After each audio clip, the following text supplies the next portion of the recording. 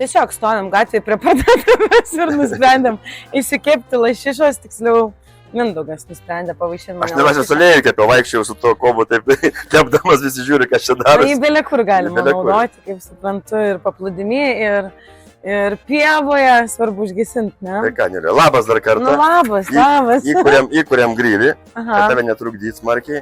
Čia tokie yra įdegtukai. Aha.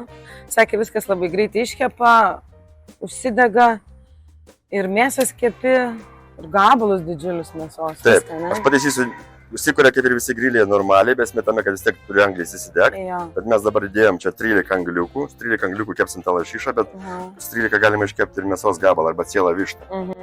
Ir nu, jisai pilnas, daugiau ir neįkištum. Čia tinginio grilis, todėl kad uždėjai, paskui galėjai kur nori.